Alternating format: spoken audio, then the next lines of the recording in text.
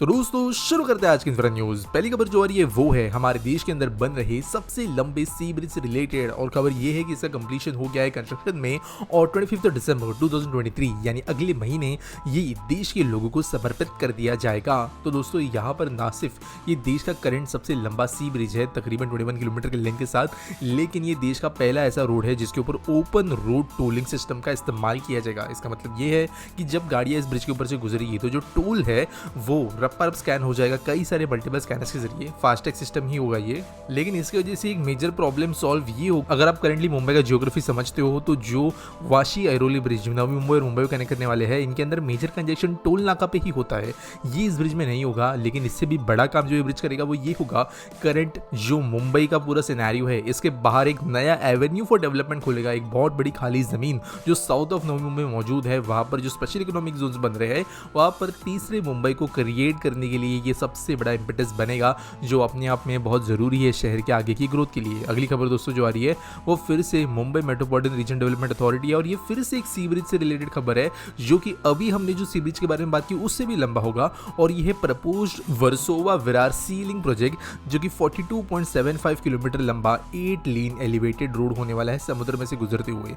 तो यहाँ पर गवर्नमेंट ने किया ये है कि कुछ स्टेप्स लेने की बात कही गई है, जहां पर इस ब्रिज को जो करेंटली ये विरार में खत्म हो रहा था इसे पालघर तक बढ़ाने की बात की गई है। 63,426 करोड़ रुपीस का ये एस्टिमेटेड प्रोजेक्ट होने वाला था, जहां पर पालघर यानी ऑलमोस्ट गुजरात से ज्यादा पास ये ब्रिज हो जाएगा महाराष्ट्र के बॉर्डर से। इतना ज्यादा दूर तक ये ब्रिज बनाने के लिए अभी सामने प्रपोजल रखा गया है। अब वैसे देखा जाए तो ये करना one of the most expensive project बनेगा, ना सिर्फ देश के अंदर लेकिन पूरी दुनिया के अंदर one of the longest bridge या फिर दी लॉन्गेस्ट ब्रिज ये बन जाएगा पूरी दुनिया के अंदर अगर ऐसे होता है तो।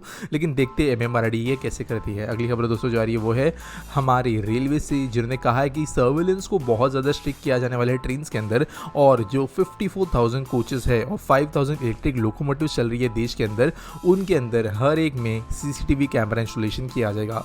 2,200 करोड़ रुपए यहाँ पर रेलवे इसके लिए खर्च करेगी, और ये नॉर्मल कैमराज नहीं होंगे। बेसिकली यहाँ पर बहुत ज़्यादा एक आप कह सकते हो इंटीग्रेटेड सिस्टम बना जाएगा, जहाँ पर mail express train, Vande Bharat, suburban services सब कुछ इंक्लूडेड होगा। वैसे ऐसा नहीं है कि रेलवे ने कभी CCTV लगाने की कोशिश नहीं की, बहुत ढीला काम ये चल रहा था जब पर इंडिपेंडेंटली ट्रेन के अंदर लगाया जा रहा था। लेकिन अभी एडिशनल 20,000 कोचेस में जो बचा हुआ है लगाने का काम, उसके साथ साथ ये नए 54,000 कोचेस को यूज करते हुए रेलवेज अपने पूरे सिस्टम को CCTV इक्विप बनाएगी। अगली खबर दोस्तों जा रही है वो हिमाचल से, जहाँ पर public sector hydro electric major Satluj Jal Vidyut निगम लिमिटेड को रिसीव मिल गया है एक गो अहेड 2 और हाइड्रो पावर प्रोजेक्ट्स को बनाने के लिए, जिनकी वैल्यू है 40,000 करोड़ रुपए, और ये अरुणाचल प्रदेश में बनेंगे। तो यहाँ पर बेसिकली इटाइलिन हाइड्रो इलेक्ट्रिक पावर प्लांट जो 3097 मेगावाट का होगा, और अटुनली हाइड्रो इलेक्ट्रिक प्लांट जो 680 मेगावाट का होगा, इनको बनाने के लिए गो अहेड मिला है। यहाँ पर the central electricity authority CEA जो मिनिस्ट्री ऑफ पावर के अंतर्गत आती है, इन्होंने ये ऑर्डर्स दिए हैं। तो एक जो सक्सेसफुल चल रहा विद्युत निगम है हिमाचल प्रदेश के अंदर, वो अरुणाचल में अभी और 2 हाइड्रो इलेक्ट्रिक पावर प्लांट बना सकता है।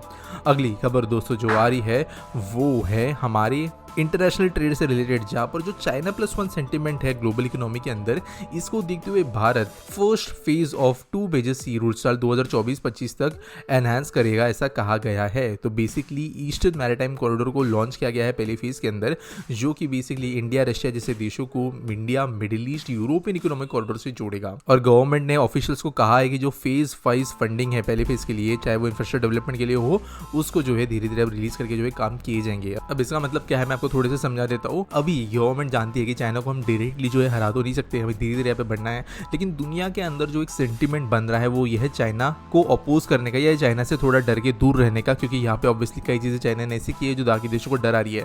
यहाँ पर यूरोप हो गया, मिडिल ईस्ट हो गया, या फिर अभी US भी हो गए, इनको भी कहीं ना कहीं पर यहाँ पे इंडिया को सपोर्ट करने की जरूरत है ताकि चाइना जो है अकेला डोमिनेंट ना बने। इसलिए चाइना के साथ साथ दूसरा जो सबसे ज्यादा इंपॉर्टेंस मिल रहा है इन टर्म्स ऑफ ट्रेड वगैरह, वो अभी देश को मिलना शुरू हुआ है।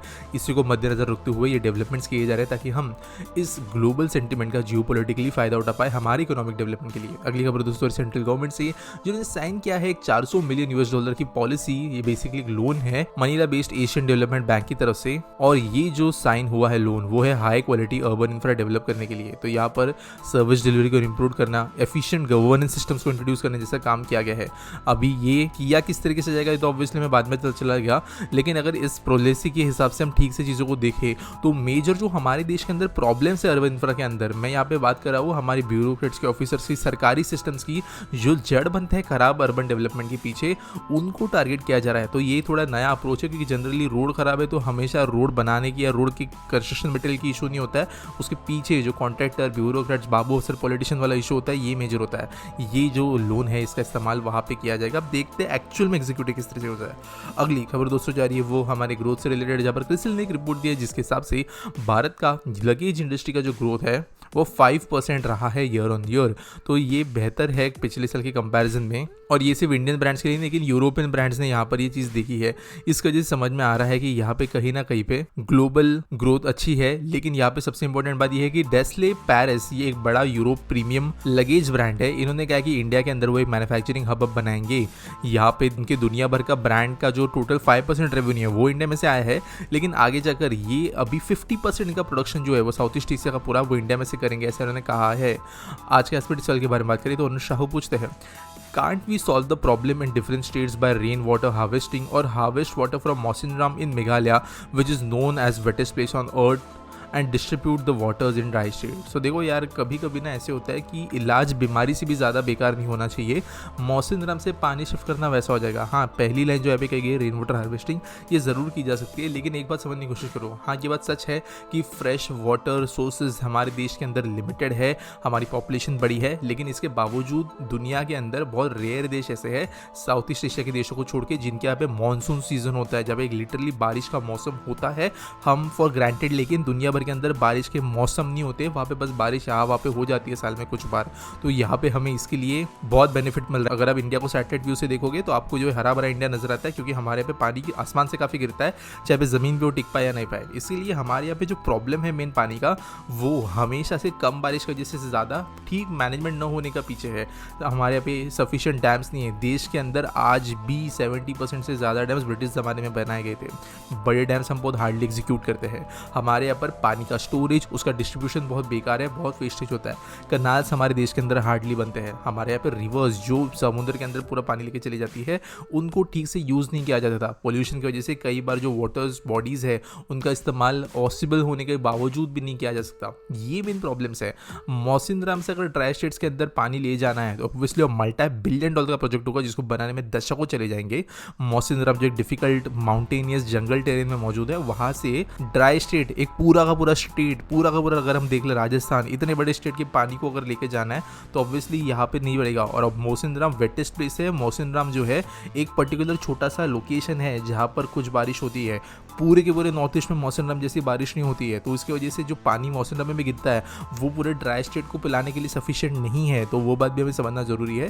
क्लाइमेट वगैरह सब कुछ है। इन दी एंड अगर बात करें पानी की प्रॉब्लम को सॉल्व करने का, तो यहाँ पर जो लोकल रीजन्स के अंदर थोड़े बहुत रिसोर्सेस अवेलेबल है, जो बारिश होती है, इसको ढंग से मैनेज करने की ज़रूरत है। उसके बाद में हमें पानी की ज़रूरत की वैसे भी प्रॉब्लम्स नहीं आएगी। उम्मीद करता हूँ कोई सवाल का जवाब मिल गया होगा। आपके पास कोई सवाल है आप नीचे मुझे कमेंट सेक्शन में ज़रूर पूछ सकते हो। न्यूज़ सबमिट करनी है तो उसके लिए आपको डिस्क्रिप्शन में एक लिंक मिल जाएगी। बाकी वीडियो पसंद आया होगा तो लाइक करना, चैनल को सब्सक्राइब करना। मिलेंगे अगले वीडियो में।